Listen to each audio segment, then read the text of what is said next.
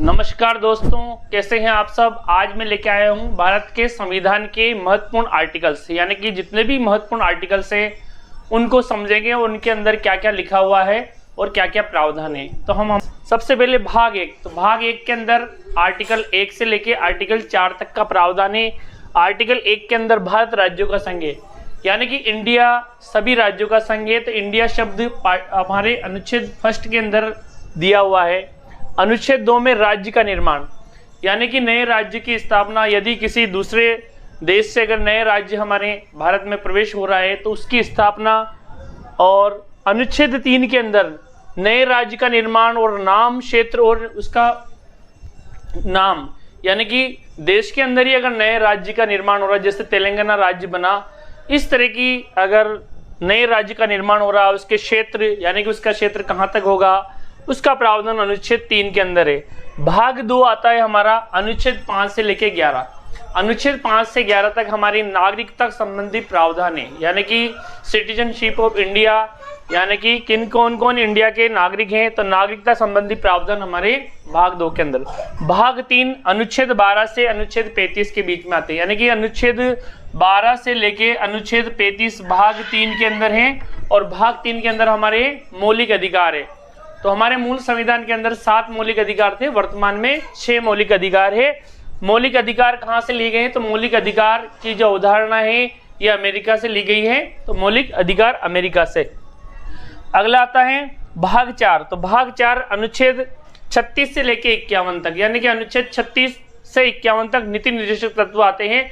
और नीति निर्देशक तत्व लोक कल्याणकारी राज्य की स्थापना के लिए हमारे संविधान के अंदर जोड़े गए हैं। और ये आयरलैंड के संविधान से लिए गए हैं, आयरलैंड से लिए गए हैं।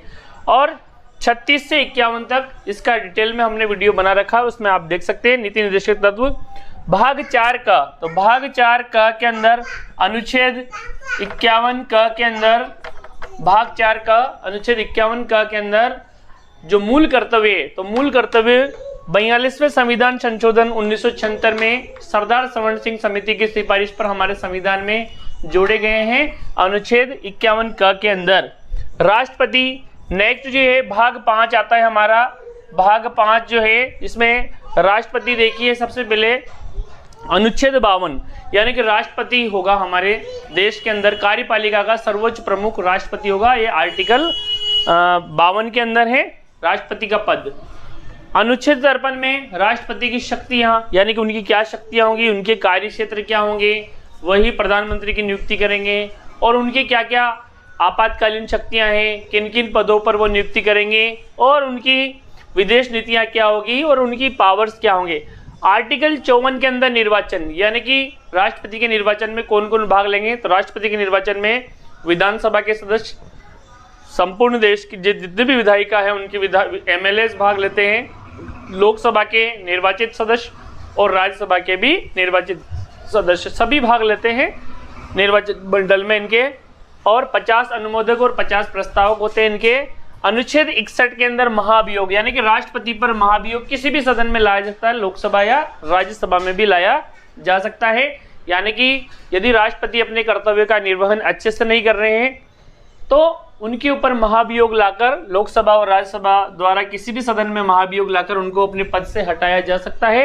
ये हमारे आर्टिकल 61 के अंदर इसका प्रावधान है। अनुच्छेद 72 में क्षमादान शक्ति।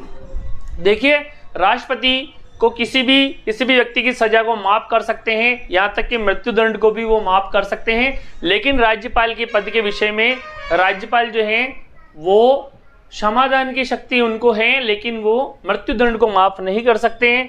अनुच्छेद 85 लोकसभा का विघटन, यानी कि राष्ट्रपति अगर चाहें तो प्रधानमंत्री की सलाह पर लोकसभा का विघटन कर सकते हैं, यानी कि लोकसभा को भंग कर सकते हैं अनुच्छेद 85 के अनुसार।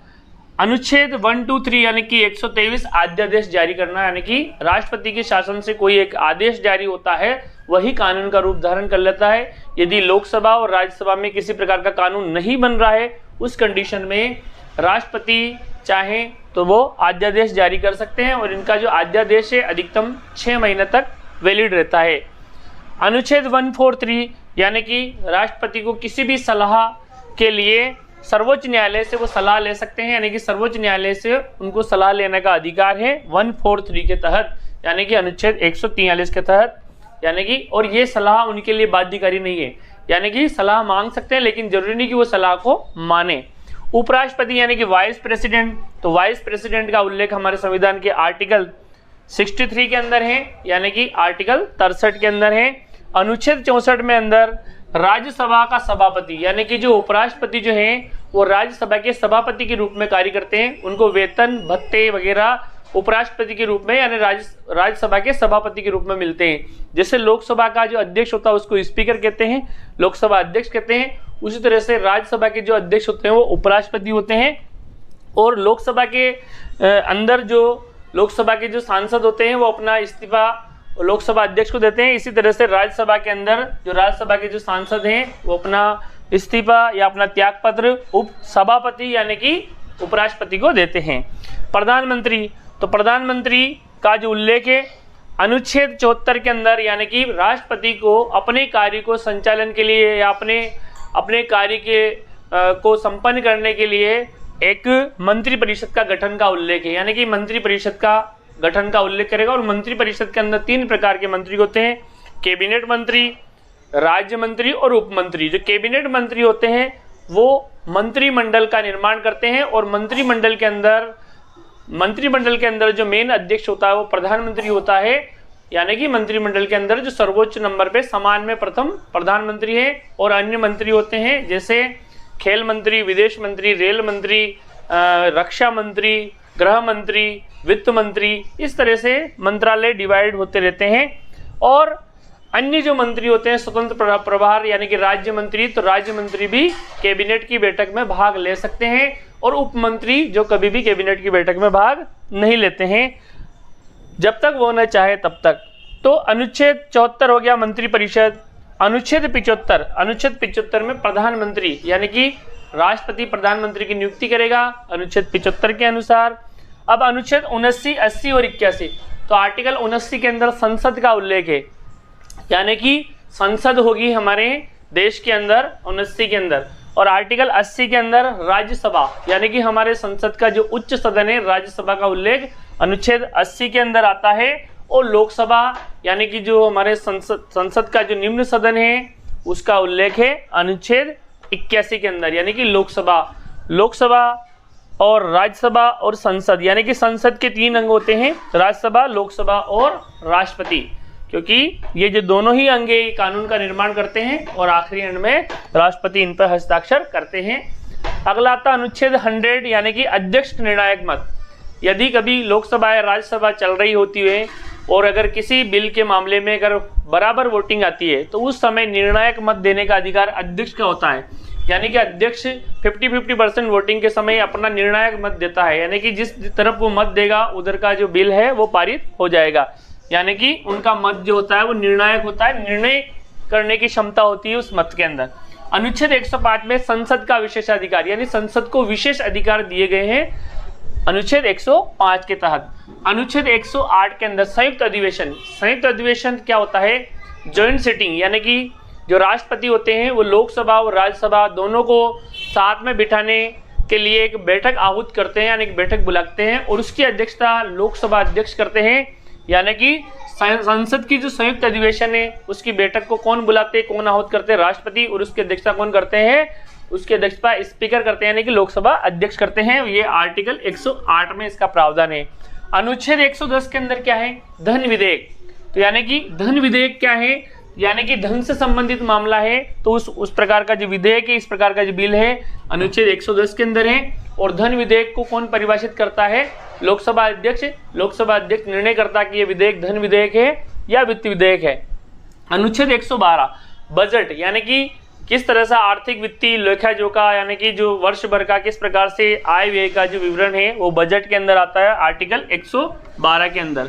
116 के अंदर लेखानुदान, यानी कि जिस धन का उल्लेख बजट के अंदर नहीं है उसका उल्लेख लेखानुदान के अंदर किया जाता है आर्टिकल 116 के अंदर।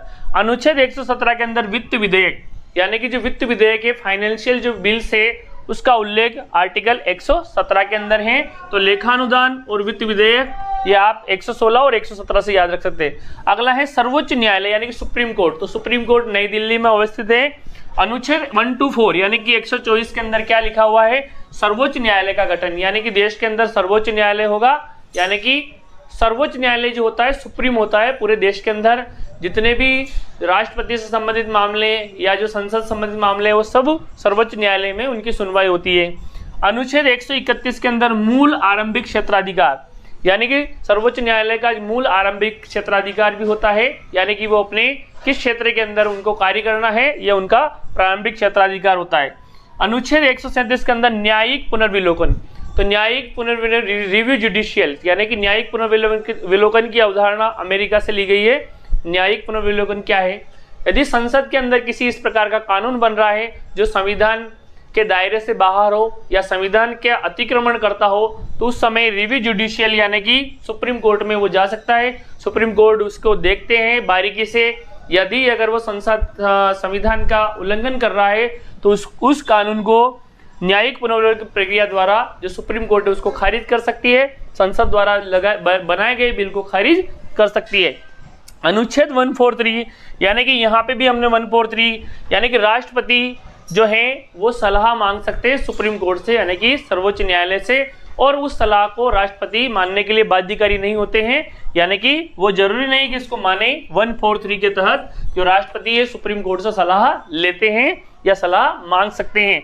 महान्यायवादी जिसको अटॉर्नी जनरल भी कहते हैं और केग, कंट्रोल और ऑडिटर जनरल, तो महान्यायवादी कौन होते हैं, तो आर्टिकल 76 के अंदर महान्यायवादी यानी कि अटॉर्नी जनरल की नियुक्ति, तो अटॉर्नी जनरल की नियुक्ति राष्ट्रपति करते हैं और राष्ट्रपति कब तक ये इनके पद पे बने रहते हैं, यानी कि 65 वर्ष की आयु या 6 वर्ष जो भी पहले हो, यानी कि 65 वर्ष की आयु या 6 वर्ष जो भी पहले हो तब तक ये बने रहते हैं। और महान्यायवादी संसद की जो बैठक है उसमें भाग ले सकते हैं, लेकिन ये निर्णायक मत नहीं, ये मत देने का इनको अधिकार नहीं है, यानी कि वोटिंग नहीं कर सकते लोकसभा के और राज्यसभा के सांसद की तरह, लेकिन ये उसकी बैठक की कार्यवाही में भाग लेते हैं। और अगर मान ले जाए कानूनी कोई पेच हो, सरकार के कोई मामले हो, उसके संबंध में ये अपनी निर्णायक मत देते हैं और सरकार की पैरवी करते हैं कोर्ट में, सुप्रीम कोर्ट में, यानी कि महान्यायवादी एक विधिवेता होते हैं, यानी कि कानूनी विशेषज्ञ होते हैं।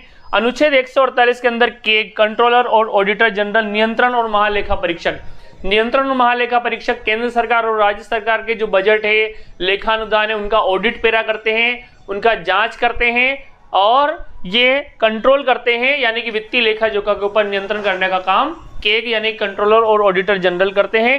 और ये भी बहुत ही महत्वपूर्ण प्रश्न है केग का, तो केग वाला प्रश्न कई बार एग्जाम्स के अंदर पूछा जाता है, धन विधेयक वाला प्रश्न भी कई बार एग्जाम के अंदर पूछा जाता है। इसके बाद अपना अनुच्छेद 79, 80, 81 ये भी कई बार एग्जाम में पूछा जाता है। अध्यादेश जारी करना 143 ये भी आता है, और महाभियोग की प्रक्रिया ये भी कई बार एग्जाम्स के अंदर पूछा जाता है, और नीति निर्देशक तत्व, मौलिक अधिकार, और ये महत्वपूर्ण प्रश्न हमने इस क्लास में देखे। तो दोस्तों कैसे लगी क्लास अच्छी लगी तो लाइक करना ना भूले। Thanks for watching. जय हिंद, जय भारत।